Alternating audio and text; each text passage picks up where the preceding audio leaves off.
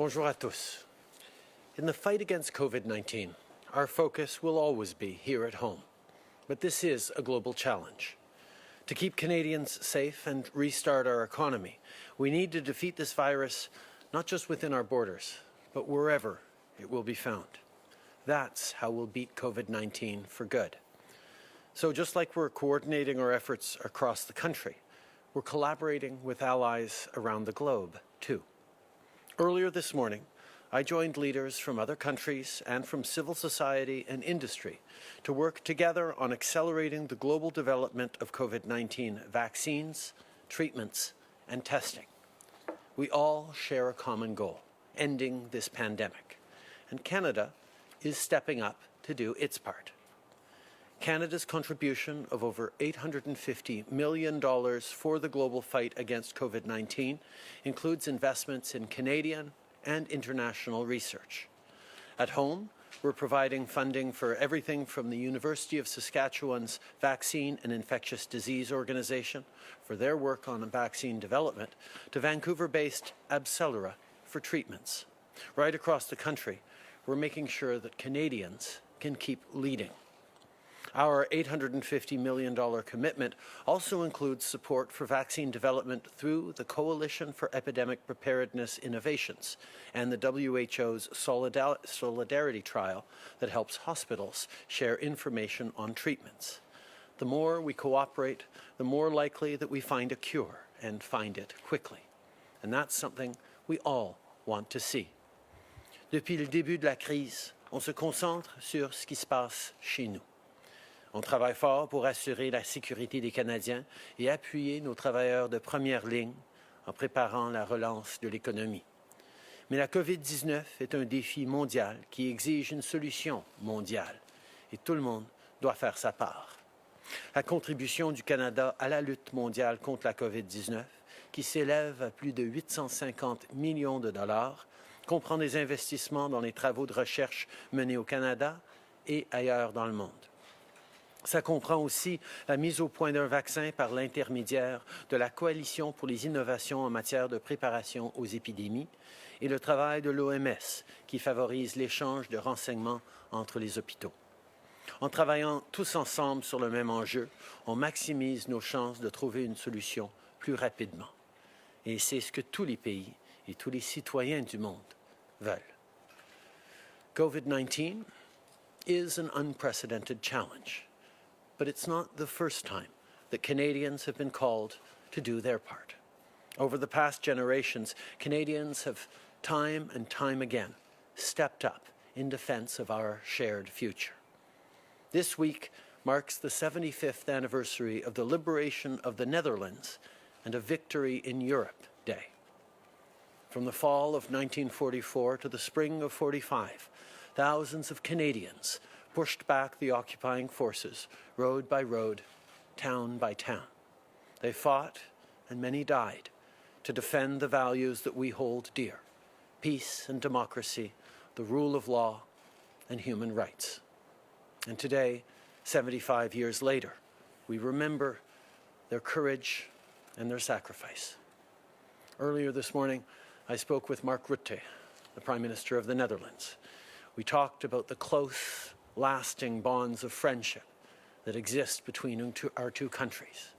We talked about how we collaborated together in years past, standing for our values, fighting side by side, and how we're doing that again today in this global crisis, in friendship and in solidarity. So today, I ask all Canadians to join me and our friends and allies in the Netherlands at 2 p.m. Eastern Time to observe 2 minutes of silence in honor of our veterans. As we pause, let's reflect on how each of us can live up to their example. Maybe you'll do your part by staying home to protect our healthcare workers.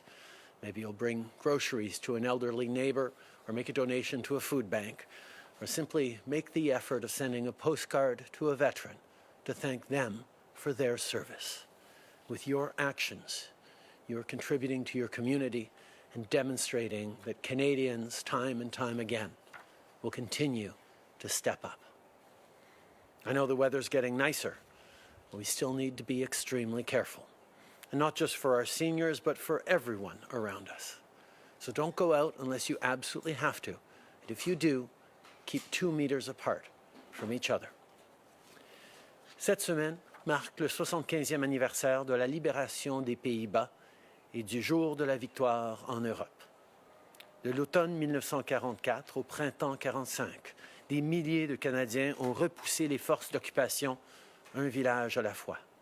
Ils se sont battus et beaucoup ont donné leur vie pour défendre les valeurs qui nous sont chères.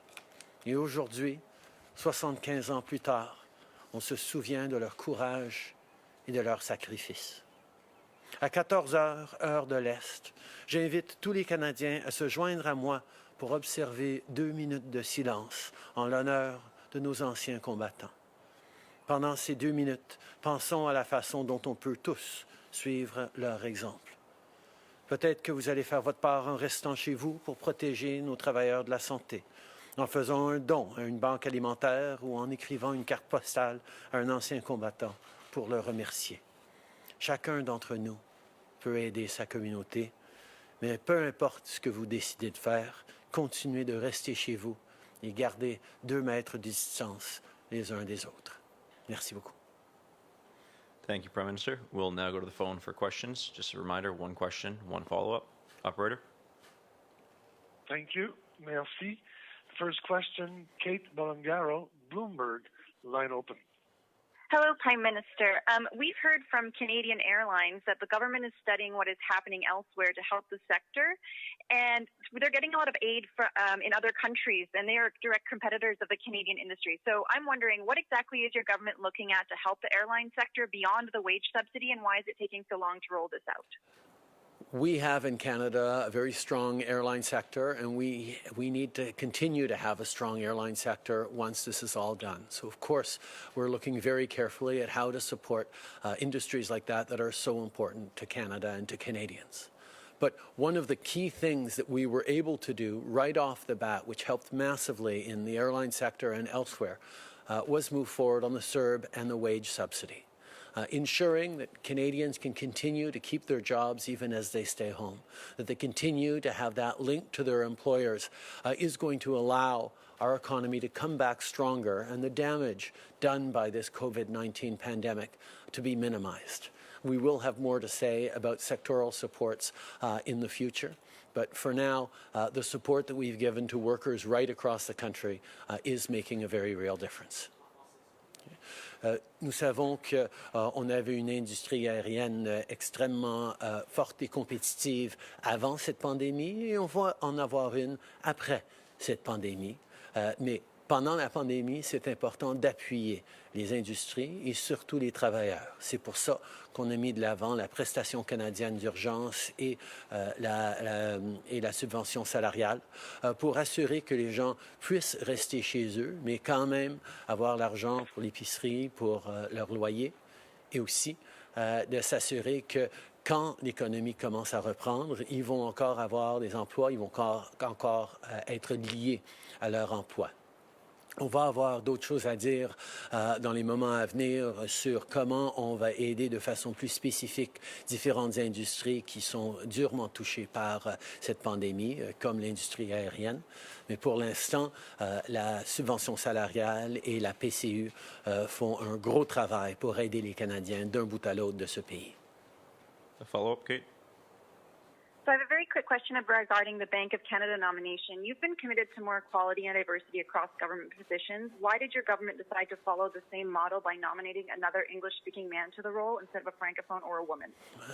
We were fortunate in this country to have many extraordinary people qualified to head up the Bank of Canada, and we made the determination on who would be the best to see us through this difficult time and 7 years into the future as well. And I know that Tiff Macklin will do just that.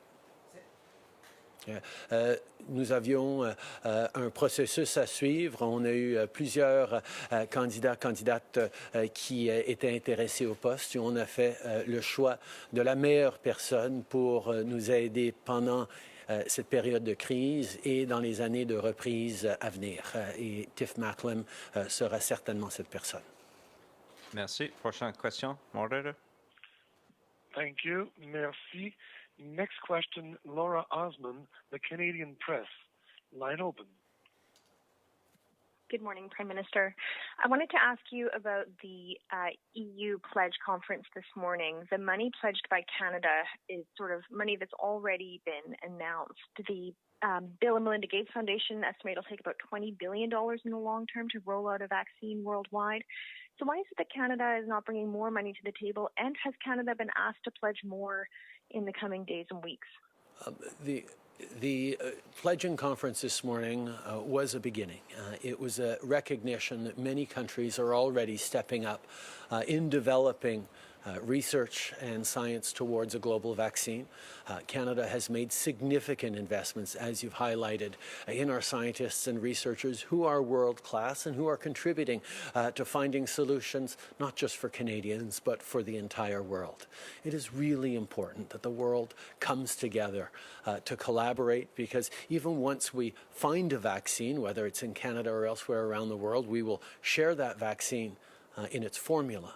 But production of that vaccine will be extremely important right around the world as well. It cannot just be the wealthiest countries producing that vaccine for its citizens, for their citizens. We need to ensure that there are systems in place so that the billions of people around the world who are vulnerable can get these vaccines as well. That's why this takes a global effort, and that's why Canada is so pleased to be able to contribute through what we're doing here at home and investments overseas as well. And there will be more to come as the world grapples with this pandemic. Okay. Nous savons que, oui, on a parmi les meilleurs scientifiques au Canada qui font de la recherche extraordinaire pour trouver des vaccins, mais il y a des efforts mondiaux qui sont nécessaires aussi. Nous sommes en train de financer de façon historique la recherche ici au Canada pour aider à cette lutte mondiale, mais nous reconnaissons aussi que ça va prendre beaucoup de coordination et de coopération à l'échelle mondiale. C'est pour ça que le Canada était si fier de participer au niveau de 850 millions de dollars avec des investissements surtout chez nous, mais aussi un peu à l'international, pour démontrer qu'on fait partie de cette approche à trouver une solution globale, parce que nous en avons besoin pour tout le monde. Follow-up, Laura? Thank you. And on the emergency financial benefit, will the current benefit programs be adjusted to account for the slow and gradual return of people to work and the fact that they may return to earning too much income to qualify for benefits, but not enough to sort of get back to where they were and make ends meet and pay the bills? Laura, I really look forward to facing that challenge of how we start to scale back the benefits and help people get back to work. We're not there yet. We're very much still trying to make sure that people are getting the support they need, even as the economy is starting to gradually reopen. Our focus is on keeping people safe and ensuring that they have the ability to stay home and pay for groceries and pay their rents and support each other. So yes, obviously a lot of thought is going into the various steps that are going to be needed as we get people out of their homes and back to work. But for now, we're still very much focused on how we help people through this. Thank you. Next question, operator. Thank you. Merci. Prochaine question, Raymond Filion. TVA, à vous. Bonjour, Monsieur le Premier ministre. Pour poursuivre sur la même veine, il y a le programme de subvention salariale qui est pour 12 semaines jusqu'au 6 juin. C'est dans un mois à peine. Est-ce que vous avez l'intention de prolonger ce programme? Je pense qu'il y a toutes sortes de réflexions qu'il va falloir qu'on ait sur les prochaines étapes à suivre. On sait que éventuellement les gens vont retourner au travail, mais dans quel secteur, dans quelle région et comment on va gérer cette transition entre les appuis qu'on est en train d'envoyer aux gens et un retour au travail vont être des questions extrêmement importantes. Pour l'instant, on est encore concentré sur le besoin d'appuyer et d'aider les gens pendant que l'économie est encore fermée. Mais toutes ces questions de rouverture et de retour graduel au travail vont devoir faire l'objet de bien des discussions avec les provinces, avec les secteurs et de réflexion en tant que gouvernement. Ms. Vivre? Vous avez également affirmé dans une entrevue hier soir qu'avec le recul, votre gouvernement aurait dû faire des choses différemment dans sa gestion de la crise. Pouvez-vous nous dire précisément lesquelles? C'est sûr que dans une crise sans précédent comme ça, on est en train de faire le mieux qu'on pouvait.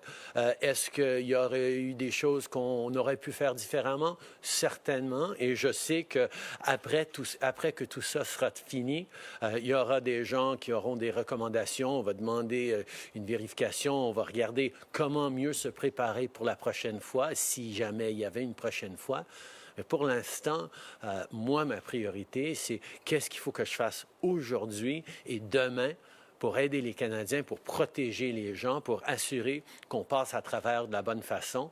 Je ne passe pas beaucoup de temps à regarder dans le rétroviseur. Je suis en train de regarder qu'est-ce qu'on a besoin de faire aujourd'hui et dans la semaine à venir. Merci. And we'll take one more question on the phone, please. Operator? Thank you. Merci. Prochaine question, Hélène Buzetti, Le Devoir. À vous. Oui, bonjour, Monsieur Trudeau. J'aimerais revenir à votre annonce de vendredi sur les armes à feu. Il y avait un petit flou à savoir s'il y aurait une clause grand-père ou pas pour les propriétaires des armes devenues illégales. J'aimerais savoir, vous, quelle est votre préférence? Faudrait-il qu'il y ait une clause grand-père ou pas? Et si vous voulez qu'il y en ait une, c'est quoi l'explication que vous donnez pour laisser ces armes en circulation que vous jugez par ailleurs dangereuses? C'est une bonne question. D'abord, notre annonce la semaine passée, c'était qu'on empêchait la vente, l'achat et l'utilisation des armes d'assaut de style militaire. Et ça, c'est une grande chose, un grand pas vers plus de contrôle des armes à feu au pays. On était très content de pouvoir le faire. On l'avait promis dans les élections et on a pu le livrer. Mais il y a des prochaines étapes, comme vous soulignez, pour voir exactement comment ça va fonctionner, comment le programme de rachat va être établi, quelles seront les mesures en place comme des clauses grand-père et s'il y en aurait. On va regarder toutes sortes de différents facteurs. On va parler avec les différents partis. On va regarder aussi ce qui est efficace comme système et ce qui est raisonnable comme système et ce qui va protéger le plus les citoyens. Et tout ça, ça va être des discussions qu'on va avoir au Parlement, qu'on va avoir avec les différents groupes préoccupés par cette situation. Et on va trouver les bonnes réponses pour le Canada. Mais est-ce que je dois comprendre alors, vous avez parlé des partis d'opposition, est-ce que je dois comprendre qu'en situation minoritaire, vous n'êtes pas certain d'obtenir l'appui d'au moins un parti pour rendre le rachat obligatoire ou au contraire, est-ce que c'est une question de coût? Vous craignez qu'il y en a trop en circulation et que ça coûterait trop cher au gouvernement alors qu'on est déjà pas mal endetté? Je pense qu'il y a bien des facteurs à regarder, mais pour moi, ce n'est pas vraiment une question de coût. La sécurité des Canadiens, c'est une priorité absolue et on va faire ce qui est nécessaire. On est dans un Parlement en situation minoritaire, donc nous devons travailler avec les autres partis. Et je sais qu'en particulier, le Bloc québécois et le Parti néo-démocrate ont une perspective qui s'aligne avec la nôtre, de vouloir plus de contrôle des armes à feu. Et je suis confiant qu'on va pouvoir travailler ensemble, collaborer pour établir la bonne marche à suivre. We brought forward important legislation on we brought forward important measures on banning the sale, the purchase, and the use of military-style assault weapons in this country. This is a significant step towards more gun control in this country and a very important one. But there are many other steps to take, and there are many details to be worked out on exactly how the buyback program will work, whether and what sort of grandfathering there might be. These are things that we will be working on as we move forward towards legislation. We will have to work with other parties in the House, not just because we want to establish a strong consensus, but because in a minority parliament, it is necessary to get the support of other parties. And I know that both the Bloc québécois and the NDP are very strong, aligned with us in wanting more and better gun control. And we're going to work together, and I'm sure we're going to be able to get the right balance for Canadians to keep people safe in their communities as we move forward. Bonjour, M. Trudeau. Christian Noël de Radio-Canada. Le budget, c'est habituellement au mois de mars. Là, on est rendu au mois de mai. Avez-vous l'intention d'avoir un budget ou un énoncé économique d'ici le mois de juin? Vous en êtes rendu où dans votre réflexion? Est-ce que c'est nécessaire d'en avoir un? Tout d'abord, on est dans des moments où on est en train d'investir et d'aider les Canadiens avec des milliards de dollars à cause de cette pandémie. Et à chaque étape, dans mes conférences de presse, dans ce que les ministres disent et présentent à tous les midis, on est en train d'être transparent sur ce qu'on fait, sur ce qu'on voit pour les semaines à venir, sur quoi on continue à travailler. Et on va continuer d'être ouvert et transparent à chaque étape. Un budget en situation normale, c'est une prévision de ce qui va se passer dans l'année à venir, les mesures qu'on va amener dans l'année à venir. Et on est maintenant dans une période d'incertitude extraordinaire sur ce qui pourrait se passer le mois prochain ou dans 3 mois. On va continuer de chercher à être ouvert et transparent et avec nos mesures et avec nos prévisions et prédictions pour le cours de l'économie. Donc, on va chercher des façons de partager ça, mais on n'est pas arrivé à déterminer encore. On est en réflexion sur la meilleure façon de regarder soit un budget, soit un énoncé économique, soit d'autres façons de partager un peu plus avec les Canadiens ce qu'on voit pour les mois à venir. We have been extremely transparent with Canadians about the investments we're making in this unprecedented times, whether it's the billions of dollars in support for Canadian families across the country or measures that we're moving forward with to support small businesses. We have been announcing just about every single day, me here or ministers, what we're doing and sharing it with Canadians. A budget typically is an expression of what people can expect in the coming year, both in terms of how the economy is going to unfold, what sort of measures are going to be brought in. And in normal times, it's usually pretty accurate. Right now, we're in a situation where there is a tremendous degree of uncertainty as to what the economy could look like 6 months from now, what the economy could look like 3 months from now, what's going to happen in the coming weeks. So while we are continuing to be open and transparent, the reflections on at what point we might be able to present a budget or even just an economic update is ongoing. We will continue to keep everyone apprised of what we're doing and what we see coming, and we'll continue to look for ways to share with Canadians. Ce que j'en comprends, c'est que dans votre esprit, on est encore en mode réactif et non pas en mode planification. Corrigez-moi si je me trompe. Et est-ce qu'un énoncé économique, à tout le moins, d'ici le mois de juin, c'est complètement exclu pour le moment? Non, je n'exclus absolument rien. Je pense que c'est important de pouvoir donner confiance aux Canadiens qu'on a un plan pour réagir, pour répondre à ce défi. Effectivement, depuis le début, on est un peu en train de réagir à la situation dans laquelle on se trouve, qui est sans précédent. Mais en même temps, on est en train de regarder pour prévoir la relance économique, la reprise économique, comment on va pouvoir positionner le Canada pour en sortir de la meilleure façon. Les investissements qu'on a faits pour appuyer les petites entreprises, pour aider les travailleurs, pour assurer que les gens gardent leur lien avec leur emploi, même s'ils restent à la maison, sont tous des éléments qui ne sont pas juste une réaction, mais aussi une préparation pour une reprise qui pourrait être très bonne pour les Canadiens. Mais cette réflexion et ce travail continuent et on va toujours regarder comment assurer la confiance des Canadiens et l'information dont les Canadiens ont besoin. Kevin Gallagher with CTV National News. Prime Minister, I just want to go back to the question about potential financial aid for the airline sector. Air Canada posted a first quarter $1 billion loss, or in excess of $1 billion. I just want you to clarify in your answer. It seemed that are bailouts for affected industries that have been especially hard hit during this pandemic off the table? Is there any possibility outside of the programs you've already announced? We moved forward very quickly on supports for workers through the Canada Emergency Response Benefit and through the Canada Emergency Wage Subsidy, which is being taken up by companies large and small across the country, including airlines who see this as a real way of making sure that when life starts to return to normal, they are able to get their employees back to work very quickly.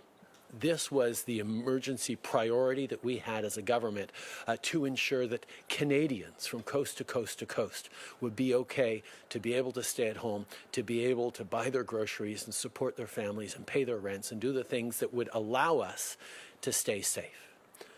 But we recognize that companies, large and small, in various sectors across this country, are particularly hard hit by COVID-19. I think of the airline industry, I think of the tourism sector, I think of the energy sector, and other significant sectors that will require more support on that. We will be looking at sectoral supports. We will be making announcements on that in the coming days or week. It is something we have to get right, but we will be looking at measures to ensure that some of our most important sectors for the Canadian economy continue to stay strong through this pandemic and mostly beyond it.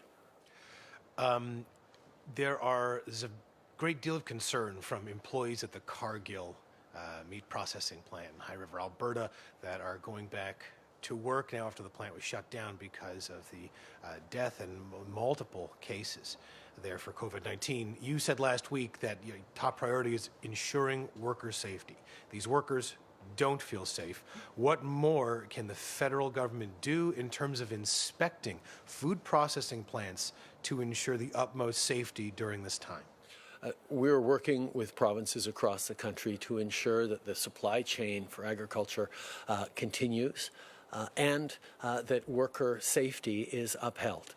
Though that is a provincial area of responsibility, but the federal government has a role to play as well, particularly around ensuring that there are adequate safeguards and PPEs in place.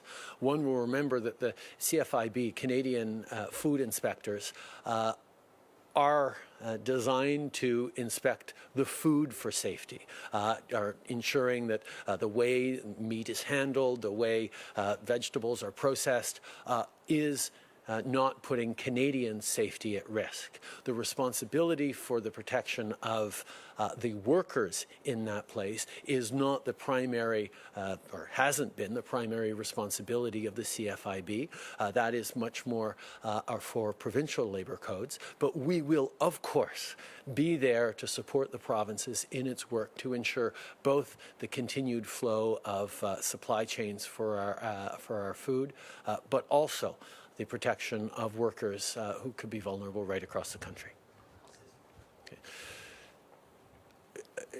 Le Canada est un pays qui se préoccupe de la santé et de la sécurité des citoyens. Le gouvernement fédéral a la responsabilité d'assurer que la nourriture qui est traitée et préparée pour la consommation canadienne et sécuritaire et salubre, et c'est le travail de l'agence fédérale qui est responsable de cela. C'est pas directement la responsabilité de l'agence fédérale de s'occuper de la santé des travailleurs. Ça tombe un peu plus sous juridiction provinciale. Mais bien sûr, le gouvernement fédéral sera là pour aider, pour accompagner, pour participer dans la mesure du possible à la protection des travailleurs dans notre industrie de l'alimentation. Nous allons être là pour travailler avec la province pour et protéger nos chaînes d'approvisionnement et la sécurité des travailleurs. Brian Mullen, Global News. Prime Minister, a question about the Policing the Pandemic report, which shows $5.8 million in fines have been levied against Canadians for COVID-19 enforcement. How do you reconcile the support the federal government is providing to Canadians with the fact that other levels of government are handing out substantial amounts of fines? I think it's extremely important that Canadians continue to behave as we have largely in social distancing, in staying home, in keeping ourselves, our loved ones, our families, our extended families, our seniors, our healthcare workers, and our essential workers safe from rapid spread of COVID-19. The federal supports that we've given to workers, to families, to students, to people right across the country have been so that people can stay home, so that they can engage in social distancing, so they do prevent further spread of COVID-19. And we are seeing over the past weeks that the curve is flattening and we are on a positive trajectory. We are not out of the woods, however, and it requires us to continue to remain attentive and vigilant in following the instructions set out by our public health officials. And that's why different jurisdictions have different, more specific rules suitable for their own jurisdictions, and that is also why they have taken it upon themselves as a responsibility to ensure that those rules be followed for the protection of all Canadians. On sending your kids back to school, what specific protections would you want to see in place so that kids and teachers are safe? I think obviously that's an area of provincial jurisdiction that I won't weigh in as Prime Minister, but as a parent I can certainly say that looking at what sort of social distancing measures will be in place, what are the kids going to do at recess, what are the kids going to do at lunch, how many kids are going to be in a classroom, how my kids are going to be kept safe, are things that all parents are thinking about, and all parents will want to see that the school system, the province, the teachers are grappling with before we move forward in the next steps. And I know that there are an awful lot of people at all those different levels working on that right now. Good morning, Prime Minister. Olivia Stefanovich, CBC News. How do you feel about countries that aren't contributing to this global pledge but have in the past, and how the means to do so again? I think this is a moment for people to come together and recognize that we all have ways of contributing to solving this problem. I think if it is a global pandemic, and what happens outside our borders, no matter how well we handle what's going on inside our borders, will have an impact on us directly with potential further spread of COVID-19 or indirectly with disrupted supply chains and a weakened global economy upon which we all depend. I think we need to look at doing our part. Certainly Canada has a long and storied tradition of stepping up as we mark the 75th anniversary of Canadians liberating the Netherlands tomorrow. We know that Canadians have always stepped up and will continue to step up because we recognize that our role within the world does matter.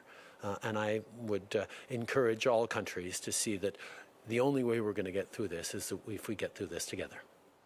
On another matter, in Canada, women have been hit harder than men by COVID-19. And when you look at many sectors that employ women, such as the service industry, they are suffering right now. So I'm wondering, how can your government ensure women aren't set back by this virus?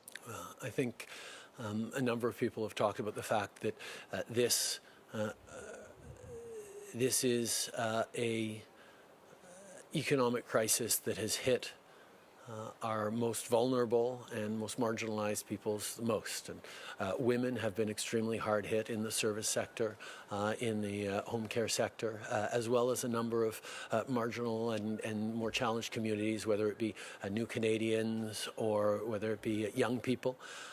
We need to make sure, and that's why as a government we've moved forward on protecting vulnerable people with the Canada Emergency Response Benefit, with extra help for charitable organizations and networks that are there to work for each other. One of the things that has been a real preoccupation for this government is when we tell people to stay home, to stay safe, and their home isn't safe, what do? The impact of domestic violence at a time of tremendous stress and anxiety for all of us in society that can exacerbate situations of domestic violence is something that we are deeply preoccupied with as a country and as a government. That's why we've made investments in shelters and in networks to support women fleeing domestic violence, and we will continue to recognize that this pandemic isn't hitting everyone equally, that the most vulnerable, as they so often are, more vulnerable, and that is why we have to do everything we can to support the people who need our help, including and especially women through this. Nous reconnaissons qu'une pandémie comme ça, une situation, une crise, ne frappe pas tout le monde de part égale. Les femmes sont extrêmement vulnérables à cause des emplois que souvent ont été les premiers emplois à disparaître, à cause de la vulnérabilité à des situations de violence domestique. On sait qu'il y a beaucoup plus de tensions et de stress dans les ménages à travers le pays à cause de la COVID-19. Et qu'est-ce que quelqu'un fait quand on leur dit de rester chez eux pour être en sécurité, mais la maison n'est pas un endroit sécuritaire? La réalité de la violence domestique frappe très fort ces jours-ci. Et c'est pour ça que le gouvernement est en train de faire des investissements dans des refuges, dans des réseaux pour aider les femmes et des enfants en difficulté. Nous allons continuer de lutter contre la violence basée sur le genre. C'est une priorité pour nous, c'est une priorité pour tous les Canadiens. Et nous allons continuer de faire tout ce qu'on peut. Merci.